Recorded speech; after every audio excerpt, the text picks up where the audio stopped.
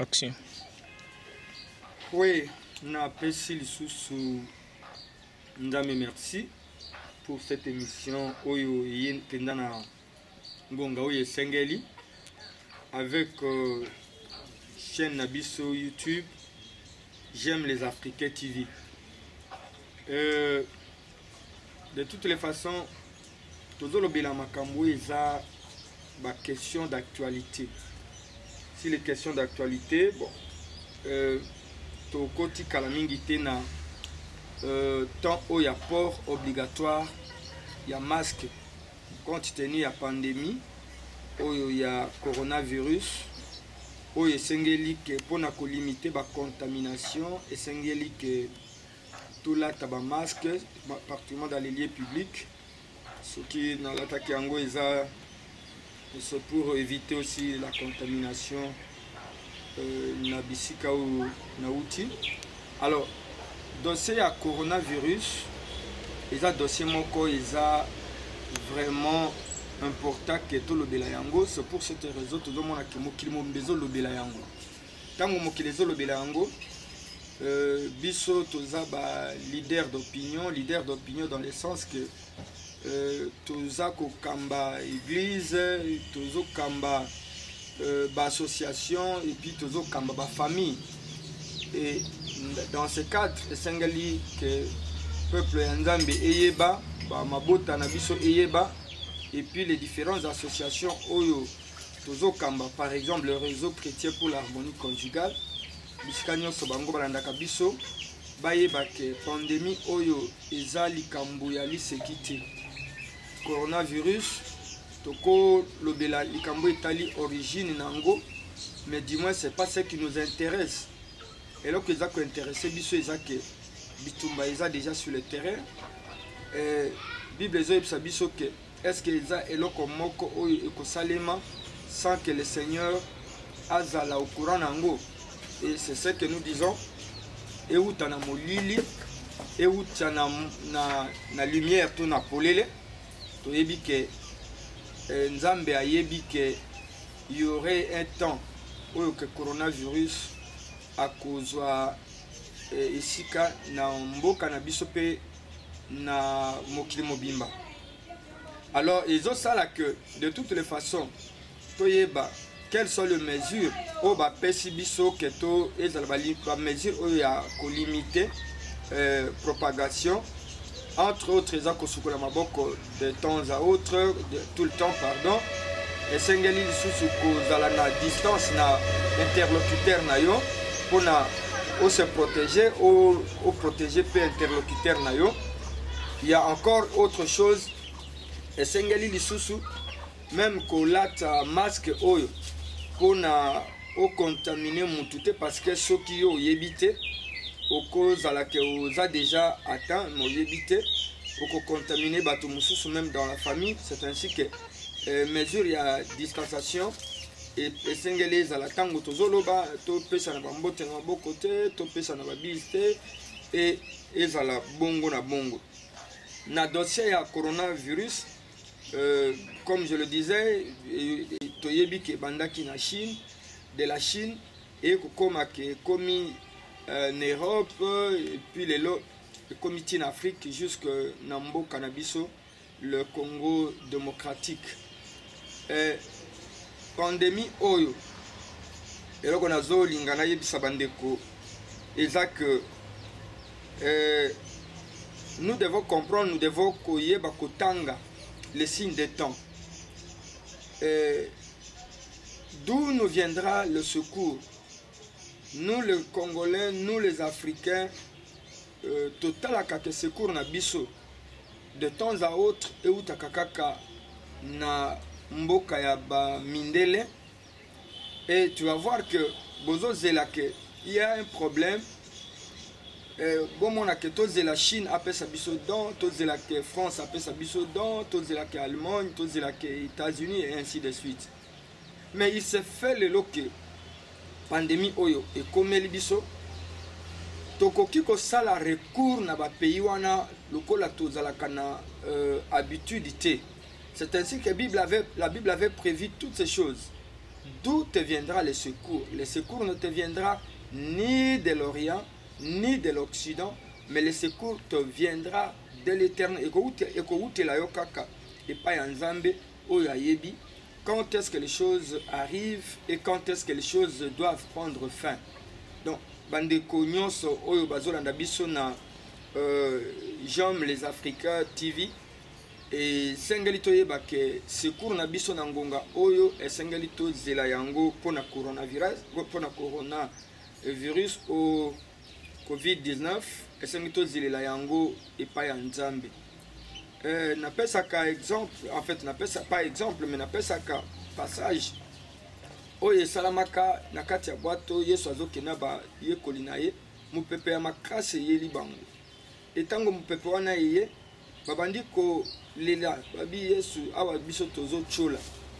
Etango Yesu azalaki na sieste balamusi babi awa tozo chola. Yesu alamuki agangeli mupepe. Esengeli biso siko secours wana to zela yango ke Yesu atelemisela biso mupepe oyo. Mais avant que to komane na niveau wana, bien aimé, esengeli to mitala biso moko na lolenge ya biso ndenge tozo tambola na prédication moko to exhortation moko to pesaki toujours sur cette chaîne. Nous avons dit que ngonga est commis déjà et beti peut être biso to yeba komi tala biso moko et puis to se repentir to tambola kindenge nini. Et qu'est-ce que nous avons offensé Nzambe? Est-ce qu'il y a une idolâtrie? Est-ce qu'il y a une est-ce qu'il y a une homosexualité? Est-ce qu'il y a une impudicité? Est-ce qu'il y a un vol? Est-ce qu'il y a une sorcellerie? Est-ce qu'il y a Alors, nous devons nous repentir. Et dans le même cadre, parce que toujours le Italie, phénomène coronavirus, un phénomène mondial, une pandémie, mondiale. Nangonga osko na mboka tokomita la ndenge nini. Nous avons géré le pays toujours à indépendance dans les années 60. Et le système sanitaire na biso.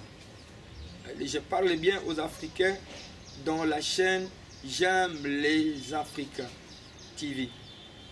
Alors, comment nous avons géré to gérer qui ango ndenge nini? Combien de systèmes sanitaires ont organisé, combien de structures sanitaires, to ba hôpitaux, ba dispensaires, to bongisa ke au cas où ndekona biso catastrophe moko ikomeli biso to kozwa soin na biso moko. Et la preuve est pour les quêtes particulièrement ipana biso dans le Congo démocratique. To komiko kimambangu. Il y a des ministres qui ont été ministres 5 ans d'affilée, ministres de la santé. Et Sengali Tombi, tout ça là déjà, tout tirer la leçon. Qu'est-ce que nous avons fait? Qu'est-ce que nous avons géré? Comment est-ce que nous avons géré? Tu gères qui a un ministre de la santé, ministre de la santé, mais tu t'es beaucoup plus occupé de la politique. Il y a parti politique, il y a famille, et puis il y a Bandeko, même les médicaments que. Les dépôts pharmaceutiques vendent copier ça tout le monde et pesa mina ministère de la santé mais lobby na tongo lobby nango mususu et quand tu sur marché les ministres envoient ça pour être kamana moins cher pour y récupérer mbongo donc la santé des Congolais et lobby la bango et le côté tout bandé que lobby la bango et le côté mais j'espère que avec ce phénomène tout le monde mutakala na biso tout le monde ba capacité na biso et puis ba faiblesse na biso. Nos faiblesses sont tellement profondes. Pour nani to go changer te. Ozakana ndeko na yo oyaza a vu responsabilité coronavirus et pesa biso ba leçon yebisa que responsabilité aux yeux à l'état et za pona biso famille mais za pona nation. Et nous allons même nous poser la question pour nani to oyo ya mortalité to ya contamination. Ils sont beaucoup plus élevés Nabamboka Mususu en Asie, Toyebi Naba Chine, Naba pays Mususu, Naba Iran, et puis Toyebi Lelo en Amérique. To ezo kende na vitesse makasi. Et Toyebi Lisusu na Europe. Nous avons vu que d'un moment à l'autre Italie alobi le médecin déclarait que baza incapable ya kozwa soin il y a nombre de malades et bande quitter la bango to ezo quitter la bango. Donc nous devons reconnaître dans tout ça que oya zana nguya ya ko arrêter to ya kosala ezanzambe. Mais je me pose la question pour Nanini, ou alors toi aussi tu te poses la question. Pour Nanini, toi, on a très élevé en Europe qu'ailleurs. Bien aimé, Nzamba linga talisa biso ke esika biso to zelaka, eza esika to kwaye ko zelate. Et puis Nzambe alinga talisa pe bango les Européens, les Américains que mboka to ba mboka o bino bomonelaka l'Afrique o eza les berceaux ya opprobre. Berceau, il y a honte, il y a ridicule. Et ça, il y a un côté. Même l'OMS, Nanzela, il y a Mokonzia OMS à lobby, que l'Afrique est la pire. Mais nous attendons le pire, mais nous n'espérons pas que le pire. Ils attendent le pire, mais nous disons que l'Éternel va changer le mal qu'ils sont en train de prévoir pour nous en bien. Comme il est écrit dans le livre, il y a Genèse chapitre 50, le verset 20. Donc, Joseph Alobi, bande kone bando zela ke mabe comme la ye. Mais na suka nango, ndamba changea ki mabe o ezaki na makanise bango comme la ki Joseph malamu mingi koleka. L'Afrique va sauver le monde, l'Afrique va sauver l'Europe, l'Afrique va sauver l'Asie, l'Afrique va sauver l'Amérique et l'Océanie. Donc, et Sengel Toye Bake, Toa Nasokeza élevés, ils doivent aussi se repentir à leur niveau. C'est là qu'on veut, ils veulent faire que Moutou, Azala Lokola, une création d'un autre homme. Non, ça ne peut pas se faire. La couleur de Dieu est là, quelque part, ce sont des leçons que nous devons tirer. Et ça, comment nous appelons ça? Et ça, Moutou a changé, Nzamba comme si Nzambe Lokuta. Et que c'est lui qui a la vérité absolue. Nous sommes tous des créatures et les seuls créateurs sont Nzambe. Nzambe a rappelé Bango à l'ordre. Il a rappelé à l'ordre le monde, pardon. Il a rappelé à l'ordre le monde. Il a rappelé au temps de Noé. Il a rappelé le monde à l'ordre au temps de Sodome et Gomorrhe, quand l'impudicité, l'immoralité sexuelle a atteint un seuil intolérable, Dieu avait même brûlé, avait consumé Sodome et Gomorrhe. Et les gens vont se dire non, oh, totele mela makambo parce que Zaka ya butu, les gens makambo ya Satan, totele mela nous Satan té, parce que Dieu peut faire les choses à sa manière.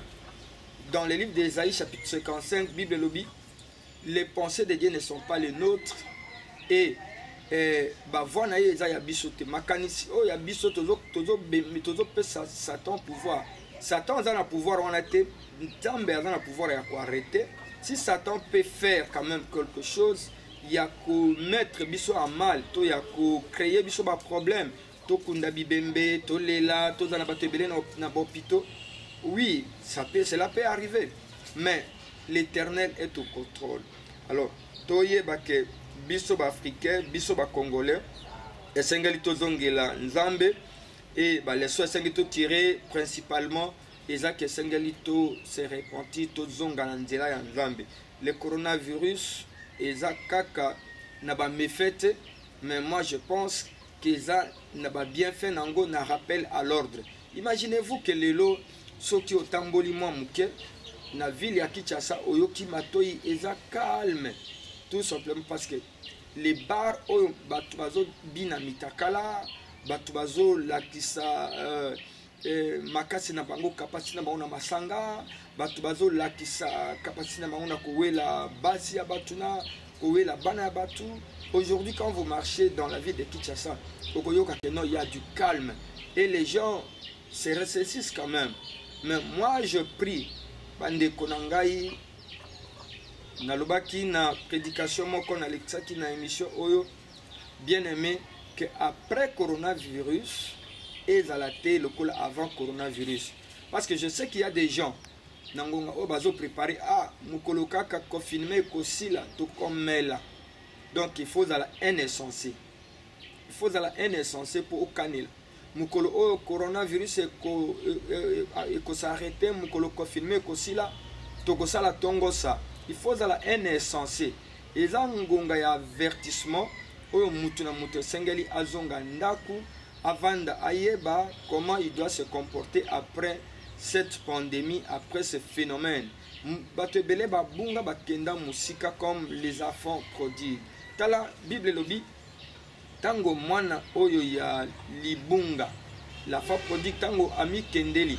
Il est arrivé na ngonga moko ke Bible lobi ke il rêvait en lui-même ami zongela kiye moko. Et tango ami zongela lobi te dans la maison de mon père, je ne pouvais pas vivre ça. Attends que Moussali Anzambe, ticket na yebisayo, que esengel o revenir na yo moko na ngonga oyo. O tangi sabana na ndaku, o solona na bana na yo, o solona mwasi na yo bosolola kala, o sona mobali na yo bosolola kala, o zoka ngonga nyos kapona koteka du matin jusqu'au soir. Mais ndaku na yo komela yo isika ya comment on dit ça, ezala lokola et comme il a des majorités, confinement c'est un temps au écolica, mais c'est un temps de réflexion. Alors le coronavirus, comme je le disais, nous devons tirer des leçons que vina biso to bande ko tambola nango to salila yango te. Parce que ce sont les questions d'actualité. Deuxième point, bien aimé, Oyeza d'actualité Namboka Nabiso pour le moment, c'est le problème de la justice. Le problème de la justice, laisse-moi vous dire que Bible et Zoye Bisabiso, que c'est la justice qui élève une nation. Comment voulez-vous que Bisoto Lela, nous dans les années 90, to tambola parce que to bande comme on a qu'une justice et là qui kaka une classe oyo classe yaba les hommes les plus élevés, les hommes dignes de bazo vivre, mais il n'y avait pas de classe moyenne, c'est-à-dire classe oyo moyenne oyo lingi kolobakeno, il n'est pas trop riche, il n'est pas non plus pauvre, ça n'existait presque plus, ça n'existait pas. Ce qu'on dit que génération Mobutu, donc les intouchables existaient depuis très longtemps. Et au comment on n'a pas kanga mutu, ils ont problème, bako kanga mutu, oyo aza ministre te, bako kanga mutu, oyo aza PDG te, bako kanga mutu, oyo aza mwana ya te.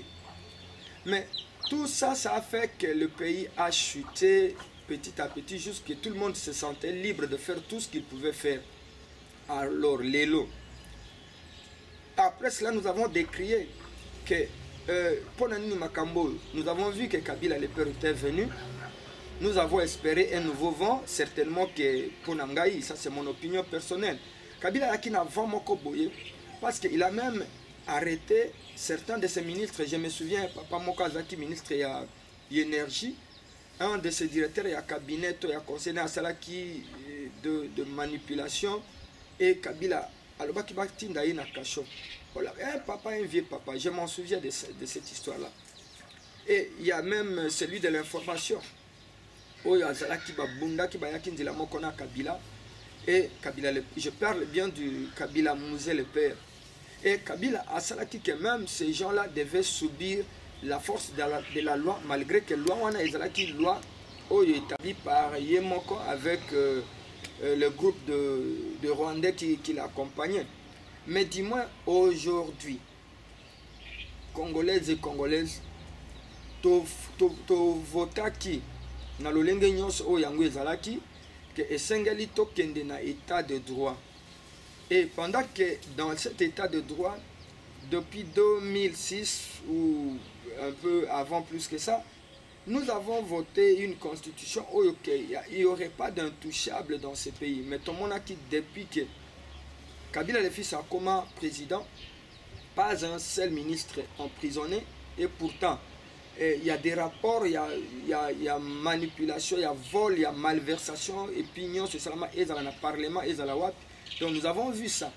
Et mon côté Azaki inquiété si ce n'est pas autre monarchie qu'il pouvait passer de cérémonies sexuelles avec une femme sur les Skype. Mais on ne l'a pas emprisonné, on ne l'a pas interrogé, il n'a pas été inquiété.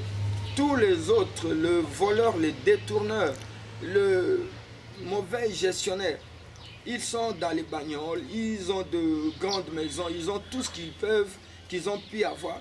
Les lots, ce sont de rois. Même pendant les élections, bon, Bango, ils ont quelqu'un qui va aux élections avec un citoyen, un paysan, un enseignant, mais lui ministre avec tous les militaires, les policiers, la richesse, le patrimoine du pays. Bien aimé, et que personne ne les a inquiétés. Mais l'élo, il s'est fait. Je parle du deuxième point parce que j'ai terminé avec le coronavirus. Le deuxième point, bien aimé, il y a justice yambo cannabis. Je me poserai la question, comme les autres posent des questions pour la retourner. Est-ce que c'est la justice ou on dit est-ce que c'est la justice ou la politique? Ou alors est-ce que c'est la justice ou bien règlement de compte politique ou préparation pour les élections? Non, moi je ne pense pas que Makambo et les Calérons Nambo Canabiso et à la préparation en 2023. Et Tala Lelo, pourquoi on ne peut pas interpeller? Moi je parle de l'interpellation. Il y a acharnement, Tango va interpeller le directeur du cabinet et le président de la République. Pour Nanini, il faut interpeller. Pour Nanini, prison et Salema, on dit les centres pénitentiaires, il y a rééducation. Tout le temps que nous avons passé avec Joseph, pourquoi on ne pouvait pas rééduquer ceux qui étaient un peu en dehors, il y a éducation? Parce que nous avons vu les ministres, le DG, le PDG, et les familles, leurs proches, ils se sont érigés en loi. Donc ce qu'il dit, c'est ce qui s'accomplit. Ce n'est pas ce que dit la loi, ce n'est pas ce que dit la Constitution. Mais Lelo Oyo, j'ai aimé l'interview que le directeur de cabinet du président, en fait, M. Vital Kamerhe Yemoka Lobi, que Soki Bayaki, Soki Bayo Kanaki, le président Tshisekedi, ils ont été à Monaki Nakati Naye qu'ils étaient d'accord pour un état de droit, pour lutter contre la corruption, pour lutter contre malversation. Alors, nous devons glorifier le Seigneur pour ça. Et ce qui les loyonde va interpeller à Sengalaki quand même, Ondima. Et puis tous ceux qui devaient t'accompagner, ils devaient t'accompagner en acclamant que non, l'exemple vient d'en haut. Nous devons diriger ce pays par l'exemple. Nous devons diriger ce pays par l'exemple. Et Sengali que la justice fasse son travail. La justice élève une nation. Et Sengali Toye que Likambwana Tozela Angotina Suka. Et puis tous ceux qui seront cette fois-ci na makambo na filet à justice tika babenga bango ezala papa na ezala mama na ezala mutu ya parti na c'est là que babenga et après sa vérité ya makambo nyonso oyo l'équipe oyo la gestion. J'ai suivi le gouverneur de la ville Ngobila alobi ke akuti gouvernorat naye na 60 millions ya